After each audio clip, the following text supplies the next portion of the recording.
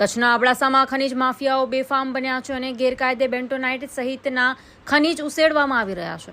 ત્યારે ભુજ ખાણ ખનીજ વિભાગની ટીમે દરોડો પાડી નુંધાતળમાં ખનીજ ચોરી ઝડપી પાડી હતી।